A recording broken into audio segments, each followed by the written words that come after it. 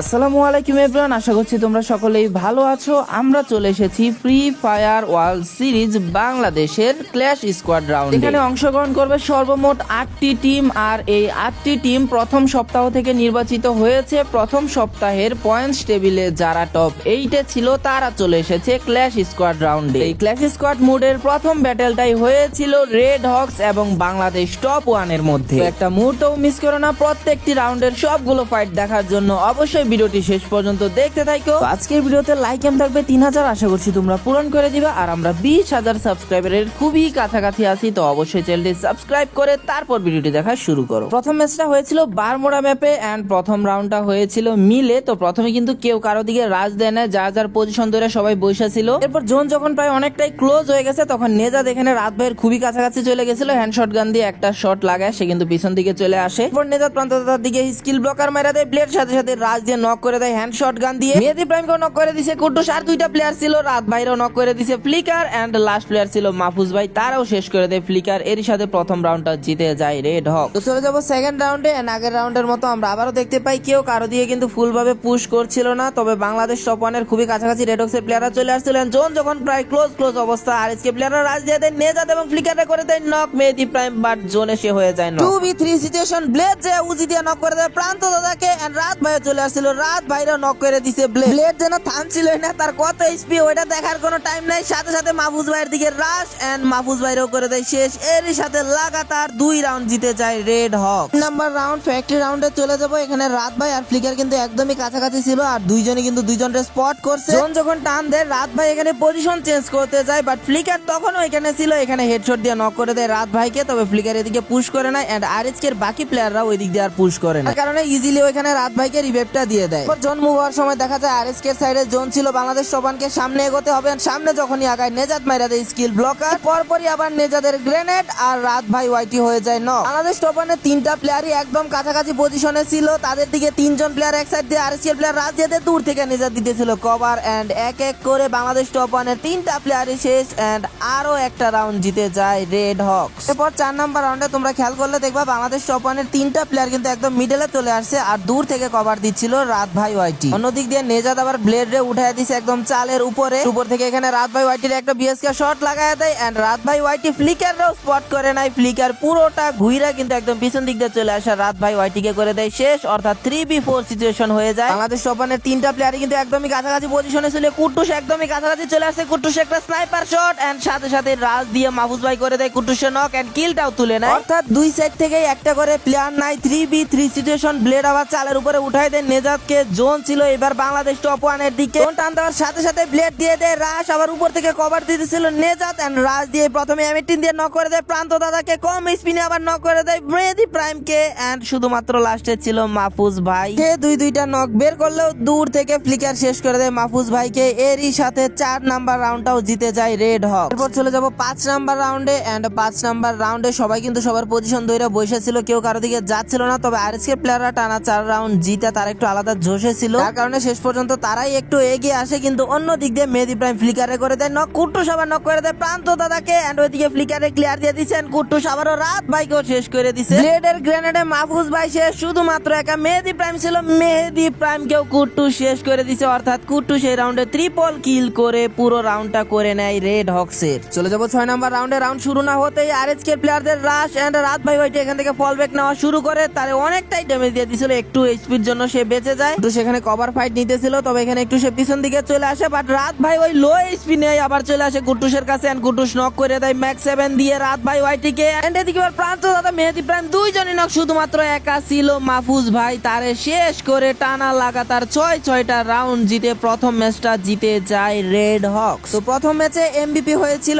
আরএইচকে blade, সর্বমোট সে elimination বের করেছিল 8টা, ড্যামেজ ছিল 2243, এবং সবথেকে বেশি এলিমিনেশন বের করেছিল উজি দিয়ে। এরপর চলে যাব পরবর্তী ম্যাচে, যেটা হয়েছিল কালাহারিতে। দ্বিতীয় ম্যাচের প্রথম রাউন্ডে প্রথম ফাইটটা হয়ে যায় মাহফুজ ভাই এবং ব্লেডের মধ্যে, দুইজনের অনেকটা ড্যামেজ দিয়ে দিছিল, শেষ পর্যন্ত ব্লেড নক করে দেয় মাহফুজ ভাই। কুট্টুস আবার ওই দিক দিয়ে ওয়ান ট্যাপ মারা দেয় মেহেদী প্রাইমকে, কিন্তু রাত ভাই ওয়াইটি আবার কুট্টুসের নক করে দেয়, এন্ড ব্লেডের কাছাকাছি চলে আসে প্রান্ত দাদারও হেডশট দিয়ে নক করে দেয়। ব্লেড একদম লো স্পিডে ছিল সে। অন্যদিক দিয়ে মেহেদী প্রাইমকে রাত ভাই রিভাইভ দিয়ে দিছে, তার দিয়ে গ্রেনেড মারছিল নেজাদ, অনেকটাই ড্যামেজ খাইছে মেহেদী প্রাইম, বাট নেজাদরে দুইজন মিলে এখানে মাইরা দেয়। তো রাত ভাই ওয়াইটির এসপির অবস্থাও কিন্তু খুবই খারাপ। ব্লেড আবার চলে আসে রিভাইভ দেওয়ার জন্য এন্ড রাত ভাই ওয়াইটি এসপি ফুল না করে মেডকিটটা না করে সে রাজ দিয়ে দেয়, তারা নক করে দেয় ব্লেড। লাস্টে শুধুমাত্র একা ছিল মেহেদি প্রাইম। 3v1 সিচুয়েশন ছিল, অন্য দিক দিয়ে ফ্লিকার যে আবার রাজ দিয়ে ওয়ান ট্যাপ দিয়ে দেয় মেহেদি প্রাইমকে, এরই সাথে প্রথম রাউন্ডটা জিতে যায় রেড হক। এরপর চলে যাবো পরবর্তী রাউন্ডে। রাত ভাই ওয়াইটি একটু ঘুইরা আজকের দিকে রাজ দেওয়ার ট্রাই করতেছিল,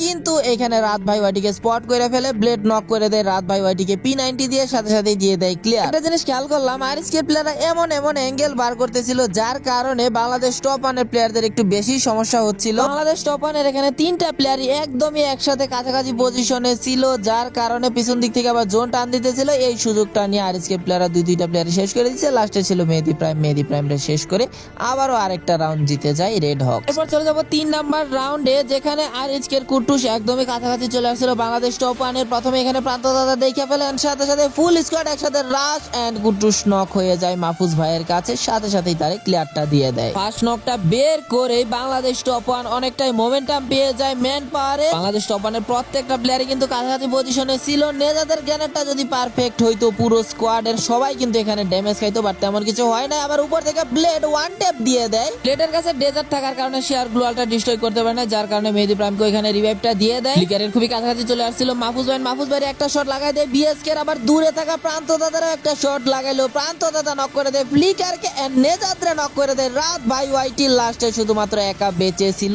ব্লেড কিন্তু এদিক দিয়ে আবার একটা গান উঠায় নিছে, ব্লেড আবার নক করে দেয় প্রান্ত দাদাকে। ওইদিক দিয়ে রাত ভাই ওয়াইটি আবার রাজ দিয়ে দিছে ব্লেডের দিকে, ব্লেড অনেকটা ড্যামেজ দিল। ব্লেড একদম লো স্পিডে থাকা সত্ত্বেও রাত ভাইরে করে দেয় নক এন্ড এদিক দিয়ে আবার প্রান্ত দাদার রিভাইভটা দিয়ে দেয়, বাট শেষ পর্যন্ত এখানে ব্লেডের একদমই লো স্পিড ছিল, তারে শেষ করে দেয় প্রান্ত দাদা। অর্থাৎ 3 নাম্বার রাউন্ডটা জিতে যায় বাংলাদেশ টপ ওয়ান। রাত ভাই ওয়াইটিরা এখানে একটা রাউন্ড বের করার পর আরএসকে প্লেয়াররা আরেকটু এখানে সাবধানতার সাথে খেলতে থাকে, তবে দুই সাইড দিয়ে কেউ কারো দিকে তেমন ভাবে রাজ দিতেছিল না। কিন্তু একটা জিনিস আমরা দেখতে পাচ্ছিলাম বারবার, এটা হলো রাত ভাই ওয়াইটিদের সবগুলা প্লেয়ার একসাথে থাকতেছিল এন্ড তারা প্রত্যেকটা বার জোনে পয়সা যাইতেছিল। জাস্ট তোমরা এখানেই দেখো কুটুস নক করে রাখছে মাহফুজ ভাইরে, প্রান্ত দাদা এবং রাত ভাই ওয়াইটি একদমই জোনের কাছাকাছি পজিশন, তাদের এখান থেকে বের হতেই হবে। আবার উপর থেকে ব্লেড মারতেছে এন্ড দূর থেকে ফ্লিকার আর কুটুস তো আছেই। জোন এখানে টান দেওয়ার পর রাত ভাই ওয়াইটি আর প্রান্ত দাদা এখানে মাহফুজ ভাইয়ের এখানে ফাইসা ছিল, আরো জোনে ড্যামেজ খাওয়া যায় এন্ড লো স্পিনিয়া জোনে ঢুকে, যার কারণে একে একে তারা তিনটা প্লেয়ারই শেষ এন্ড লাস্টে একা বেঁচে ছিল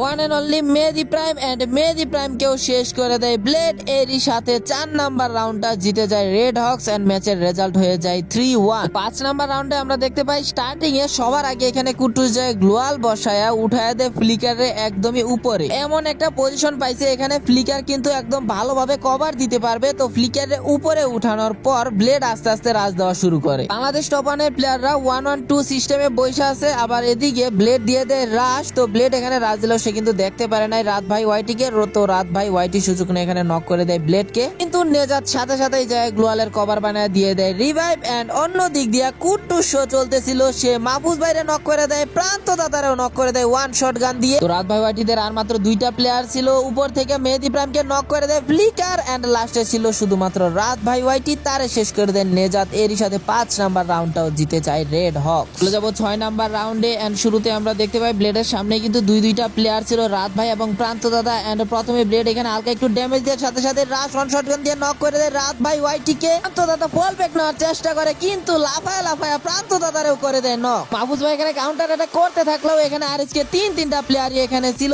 যার কারণে কুটুস নক করে দেয় মাহফুজ ভাইকে। শুধুমাত্র লাস্টে একা বেঁচে ছিল মেহেদি প্রাইম। মেহেদি প্রাইমকে দূর থেকে স্নাইপার শট দিয়ে শেষ করে দেয় ফ্লিকার এন্ড এরই সাথে ম্যাচের রেজাল্ট হয়ে যায় 5-1। চলে যাবো 7 নাম্বার রাউন্ডে। এই রাউন্ডে আমরা একটু দেখতে পাইছি যে বাংলাদেশ টপ ওয়ানের প্লেয়ার একটু ছড়ায় ছিটায় ছিল, আগের মতো একদম কাছাকাছি পজিশনে ছিল না, কিন্তু আরএসকে প্লেয়াররা খুবই তাড়াতাড়ি শেষ করতে চাচ্ছিল, যার কারণে তারা দিয়ে দেয় রাশ। রাত ভাই ওয়াইটিরে নক করে দিছে, মেহেদি প্রাইমও শেষ। মাহফুজ ভাইয়ের এসপির অবস্থা খুবই খারাপ, মাহফুজ ভাই হয়ে গেছে নক, প্রান্ত দাদা একা ছিল, প্রান্ত দাদাও শেষ। এরই মাধ্যমে রেড হকস 6-1 আরো একটা ম্যাচ উইনার হয়ে যায় এন্ড লাগাতার 2টা ম্যাচ উইন করার কারণে লাস্টের ম্যাচটা হবে না, যেহেতু 3টা ম্যাচ নরমালি হয়, 2টাই আরএসকে জিতে গেছে, তার কারণে আমাদের প্রথম ক্ল্যাশ স্কোয়াড ব্যাটেলে উইনার হয়ে যায় রেড হকস। 2 নাম্বার ম্যাচেও এমভিপি হয়ে যায় আরএসকে ব্লেড। এইবার বের করেছে সে 11টা এলিমিনেশন এন্ড ড্যামেজ দিয়েছিল 6345 এন্ড সব থেকে বেশি কিল বের করে